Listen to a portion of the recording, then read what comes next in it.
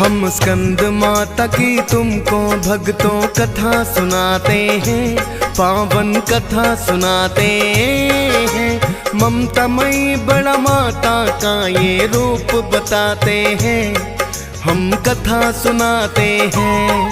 हम स्कंद माता की तुमको भक्तों कथा सुनाते हैं, पावन कथा सुनाते हैं। ममतामयी बड़ा माता का ये रूप बताते हैं, हम कथा सुनाते हैं। जब पांचवा हो नवराता इसी रूप को पूजा जाता, जब पांचवा हो नवराता इसी रूप को पूजा जाता।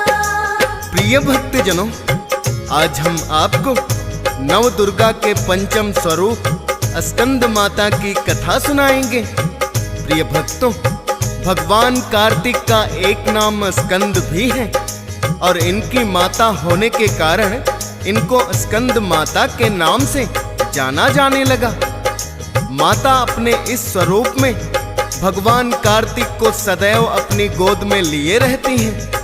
तो आइए भक्तों, जानते हैं माता के इस रूप का महात्म्य और कथा।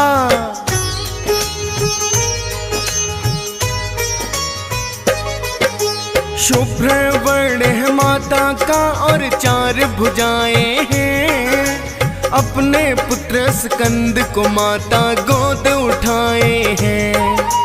कमल पुष्प भी लिए है माता और कमल है आसन, पद्मासना इन्हें कहा जाए, माँ का सिंह है वाहन।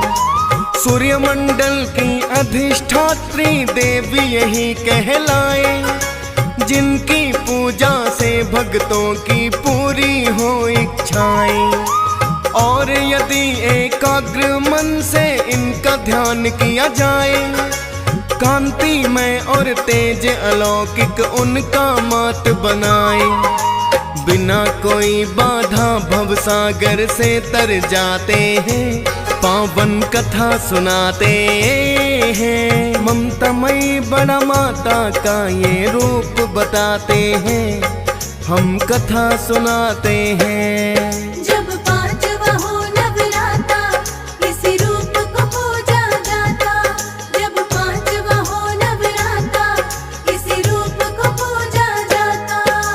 प्रिय भक्तजनों, माता के इस रूप का ध्यान करने से भक्तों को सद्बुद्धि तो प्राप्त होती ही है, संतान सुख प्राप्ति के लिए भी स्कंद माता की पूजा की जाती है। कहते हैं स्कंद माता की पूजा से बांझ भी संतान उत्पन्न करने में सक्षम हो जाती है। प्रिय भक्तों, आइए जानते हैं इनकी पूजा विधि। प्रातः स्नान आदि से निवृत्त होकर पीले रंग के वस्त्र धारण करें और चौकी पर माता की मूर्ति स्थापित करें। इसके बाद पूजा के दौरान हाथ में लाल पुष्प लेकर देवी स्कंद माता का आवाहन करें। माता की पूजा में इन्हें अक्षत, बतासा, पान, सुपारी, लौंग, धूप, लाल पुष्प अर्पित करें। साथ ही स्कंद माता को केले या हलवे का भोग लगाएं। पूजा के अंत में माता की आरती करें और उनके मंत्रों का जाप करें। मंत्र है, या देवी सर्वभूतेषु स्कंद माता रूपेण संस्थिता, नमस्तस्यै नमस्तस्यै नमस्तस्यै नमो नमः। इस मंत्र का कम से कम 108 बार जाप अवश्य करें। प्रिय भक्तों, माता किस प्रकार अपने भक्तों पर कृपा करती हैं और उनकी हर इच्छा पूर्ण करती हैं, आज हम इसकी एक बड़ी ही प्राचीन कथा सुनाएंगे और एक पौराणिक कथा भी सुनाएंगे कि माता ने किस प्रकार ये रूप धारण किया था।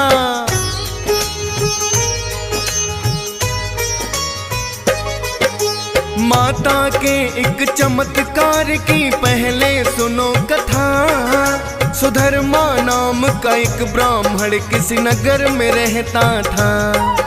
शास्त्रों का ज्ञाता है वो तो और बड़ा विद्वान, जिसके कारण सुधर्मा का सब करते थे सम्मान। यज्ञ हवन करवाने के लिए दूर दूर तक जाता।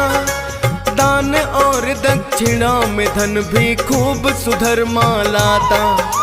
निश्चित समय पे माता पिता ने उसका विवाह किया। पत्नी रूप में पाई उसने एक ब्राह्मण कन्या। सुखपूर्वक पति पत्नी जीवन अपना बिताते हैं, पावन कथा सुनाते हैं। ममतामयी बड़ा माता का ये रूप बताते हैं, हम कथा सुनाते हैं। जब पांचवा हो नवराता इसी रूप को पूजा जाता। जब पांचवा हो नवराता इसी रूप को पूजा जाता। प्रिय भक्तजनों, इस प्रकार सुधर्मा ब्राह्मण का जीवन बड़े ही सुखपूर्वक व्यतीत हो रहा था। सुधर्मा की पत्नी, जिसका नाम सुनंदा था, बड़ी सुशील और समझदार थी। अपने सास ससुर की खूब सेवा करती थी और अपने पति को भी खूब सम्मान देती थी। सुनंदा को पाकर सुधर्मा भी अत्यंत प्रसन्न था। जो गुण एक आदर्श पत्नी में होने चाहिए, सुधर्मा की पत्नी उन गुणों से परिपूर्ण थी।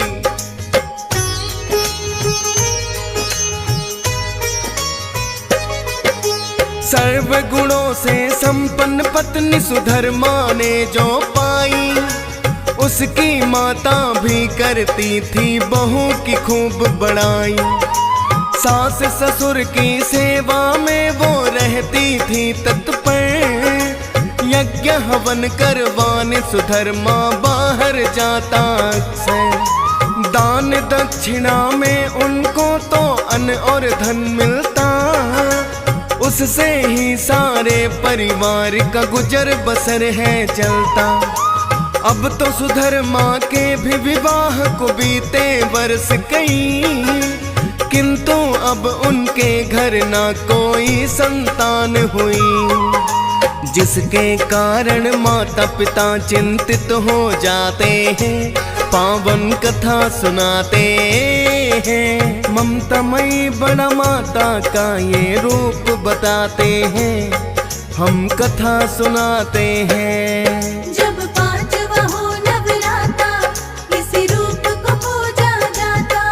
जब पांचवा हो नवराता इसी रूप को पूजा जाता। प्रिय भक्तजनों, विवाह के अनेकों वर्षों तक संतान ना होने के कारण सुधर्मा के माता पिता को बड़ी ही चिंता हुई। सुनंदा को भी आस पड़ोस की महिलाएं बांझ कहकर ताने देने लगी। एक दिन सुधर्मा को उसकी माता ने कहा कि हे पुत्र, यद्यपि तुम्हारी पत्नी सर्वगुण संपन्न है, किंतु ये तुम्हें संतान सुख नहीं दे सकती। अतः तुम दूसरा विवाह कर लो। अपनी सास के मुख से ये बात सुनकर सुनंदा की आंखों से अश्रुधारा बह निकली। जब सुधर्मा अपनी पत्नी के कक्ष में आया तो वो अपने पति से लिपट कर रोती हुई कहने लगी,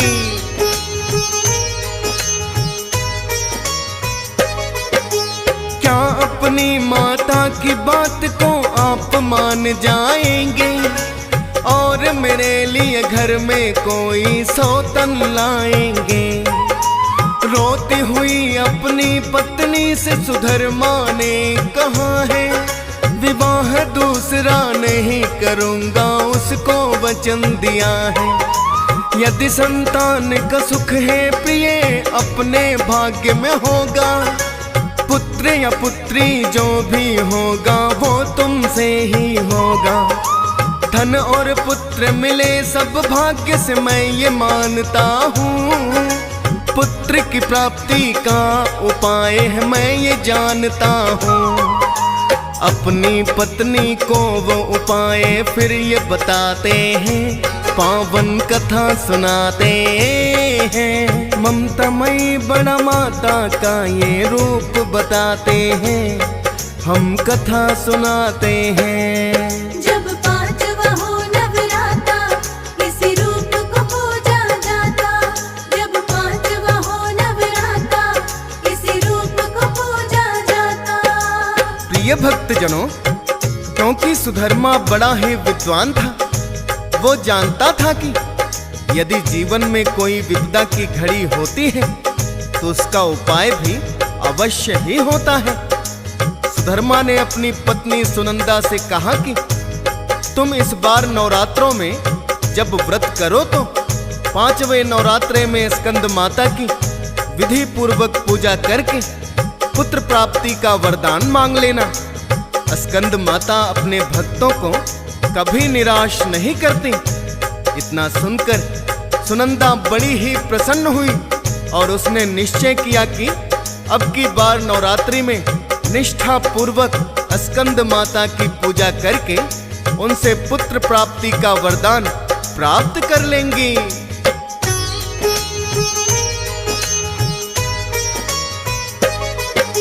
सुधर्मा ने अपनी पत्नी को जो है उपाय बताया, सुनंदा ने तो विधि पूर्वक है भक्तों से निभाया। स्कंद माता ने फिर तो भक्तों सुन ली उसकी विनती, कुछ ही दिनों पश्चात हो गई है वो गर्भवती। स्कंद माता ने क्योंकि है उसको वरदान दिया, निश्चित समय पे उनके घर में पुत्र का जन्म हुआ। जिसे बांझ कहती थी आस पड़ोस की महिलाएं, पुत्र हुआ तो देने बधाई वो ही घर आए। बांझ को भी माँ की कृपा से पुत्र हो जाते हैं, पावन कथा सुनाते हैं। ममतामयी बड़ा माता का ये रूप बताते हैं, हम कथा सुनाते हैं। जब 5वां हो नवराता, इसी रूप को पूजा जाता। जब 5वां हो नवराता, इसी रूप को पूजा जाता। प्रिय भक्तजनों, इस प्रकार स्कंद माता की कृपा से बांझ सुनंदा को भी पुत्र प्राप्ति हो गई। ऐसी कल्याणकारी है स्कंद माता की भक्ति। प्रिय भक्तों, स्कंद माता के इस रूप की अब हम पौराणिक कथा आपको सुनाएंगे। आशा करते हैं आप माता के इस रूप की कथा को श्रद्धा पूर्वक सुनकर पुण्य प्राप्त करेंगे।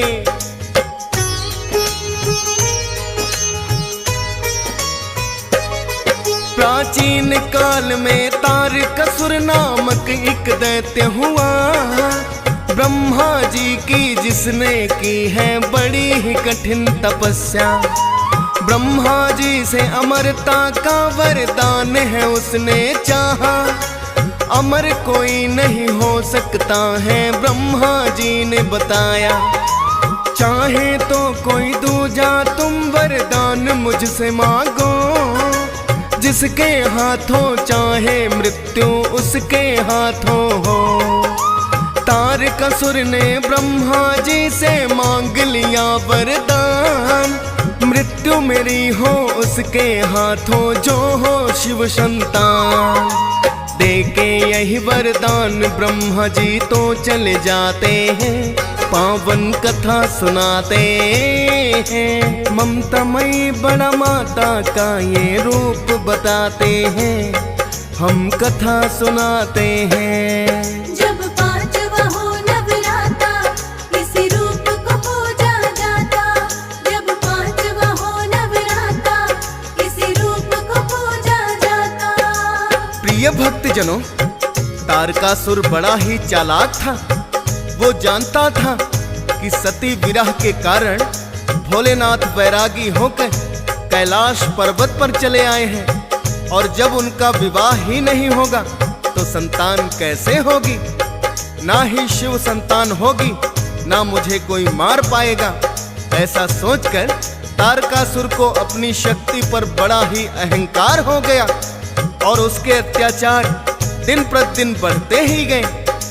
सभी देवता तारकासुर के अत्याचारों से मुक्ति पाना चाहते थे, किंतु वो जानते थे कि शिव संतान के सिवा तारकासुर का अंत संभव नहीं है। प्रिय भक्तों, जब माता सती का अगला जन्म राजा हिमालय के घर हुआ तो देवताओं के मन में आशा की एक किरण जगी। इधर माता पार्वती भोलेनाथ को प्रसन्न करने के लिए कठिन तपस्या करने में लीन हो गई और उन्होंने 14,000 वर्षों की कठोर तपस्या करके भोलेनाथ को प्रसन्न भी कर लिया।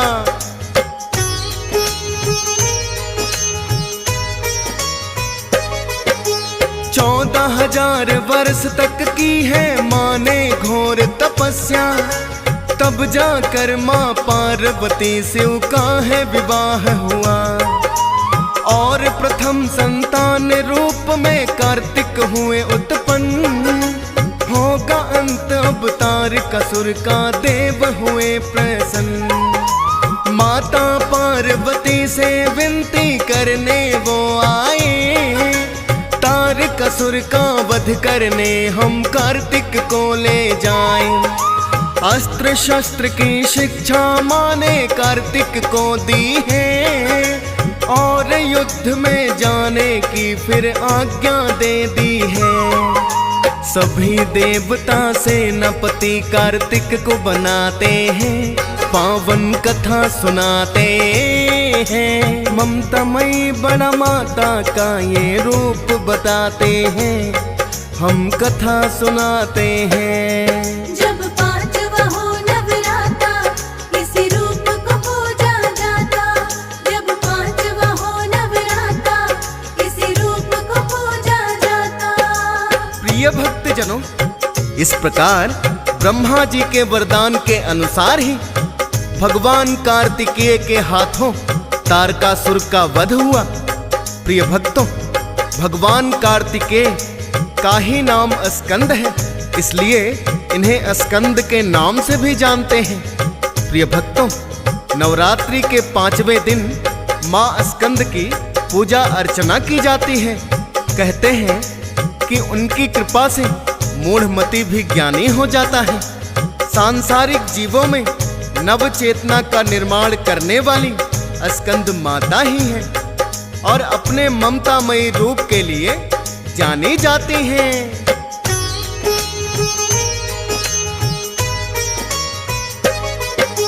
स्कंद माता करती है सदा ही भक्तों का कल्याण, सांसारिक जीवों में चेतना का करती निर्माण।